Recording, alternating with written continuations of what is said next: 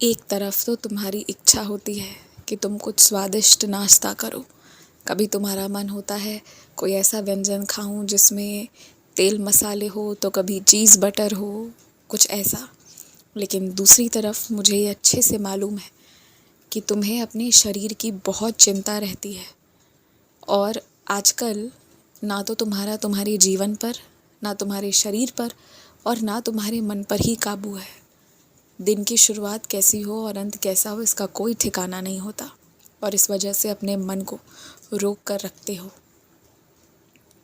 ठीक ही करते हो कि तुम इन चीज़ों को खाने के बजाय अपने मन को थोड़ा रोक कर रखते हो। और यही करो। और हर रविवार नहीं, बल्कि महीने में 2 ही रविवार कुछ इस तरह का खाओ। और बाकी दिन इस तरह तेल मसाले वाले खाने की ओर ध्यान भी मत दो। धीरे धीरे ना संयम बरतते बरतते ये भी सीख जाओगे। तुम्हारा मन था कि तुम्हारे घर से कुछ महिलाओं को जो श्रृंगार करती हैं, उन्हें तुम्हारे घर से हरी चूड़ियाँ, पायल, बिछिया और भी सिंदूर, जो भी श्रृंगार का सामान है वो दिया जाए। और मुझे ये भी पता है कि जब तुमने बाज़ार में उन दुकानों को देखा था तो तुम्हारा मन हो गया था कि तुम ले लो।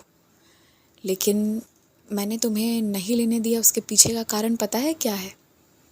उसके पीछे का कारण ये है कि ऐसे ही मन कर जाए और लेते चलोगे तो ये जेब पर बहुत भारी पड़ेगा। और जैसे पैसे आए हैं वैसे ही तुरंत निकल जाएंगे। इसलिए पहले तय कर लो कितने लोगों को देना है, क्या क्या श्रृंगार का सामान देना है। जब तुम श्रृंगार का सामान खरीदने जाओगे तो अनेक प्रकार की चीज़ें तुम्हें मिलेंगी। बाज़ार में तरह तरह की चीज़ें उपलब्ध है। जब देखने जाओगे तो कुछ और नया, अलग, सुंदर, अद्भुत भी दिखेगा और मन करेगा मैं ये भी ले लूँ, मैं वो भी ले लूँ। लेकिन ऐसा तो नहीं कर सकते ना तुम। तो तुम्हें पहले घर से सोच कर जाना होगा। इच्छा तुम्हारी है देने की, लेकिन इसमें घर में सभी की मर्ज़ी होनी चाहिए। जिसे परिवार का कोई सदस्य पसंद ना कर रहा हो या नहीं देना चाहता हो तो इन बातों पे ज़िद मत करना, क्योंकि ये तो एक उपहार है जो खुशी से दिया जाना चाहिए। इसके पीछे लड़ाई नहीं होनी चाहिए। ध्यान रखना इस बात का। तुम्हें बहुत दिनों से चना, मटर, मूंगफली, इस तरह की चीज़ों को खाने का मन हो रहा है। और मैं देख रहा हूँ कि तुम अच्छी दुकानों को, अच्छे होटलों को देख रहे हो कि कहाँ इससे जुड़ा हुआ व्यंजन अच्छा तुम्हें मिलेगा। तुम आज मत खाओ, 2-3 दिन बाद ही खाना। लेकिन सबसे अच्छा व्यंजन तुम ही पकाते हो। तुमसे अच्छा और कोई नहीं बनाता, इसलिए खुद ही बनाओ।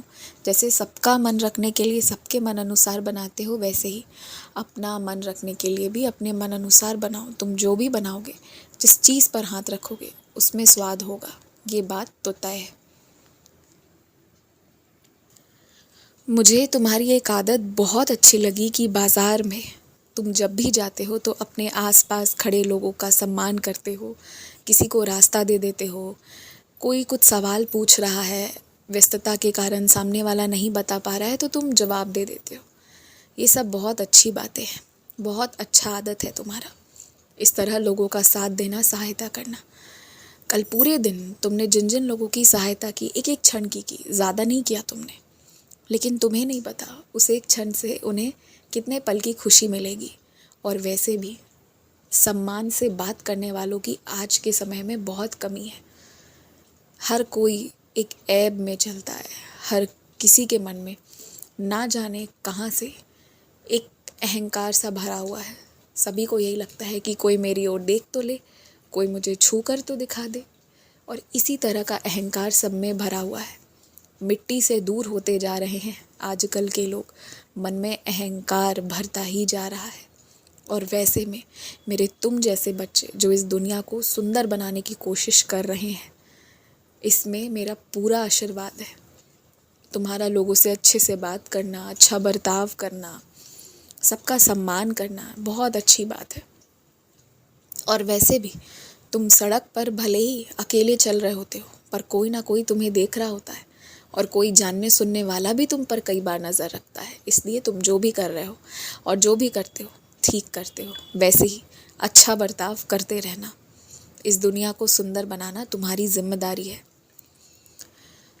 तुम्हें किसी के लिए प्रार्थना करना है, तुम्हें किसी के लिए मेरे सच्चरित्र का पारायण करना है, लेकिन तुम अगर ये सोच कर करोगे कि तुम 7 दिनों में पूरा कर लो तो शायद ना हो पाए। तुम्हें अभी 10 दिन में बहुत सारे काम पूरे करने, इसलिए शायद 7 दिनों में तुम पूरा नहीं कर पाओगे।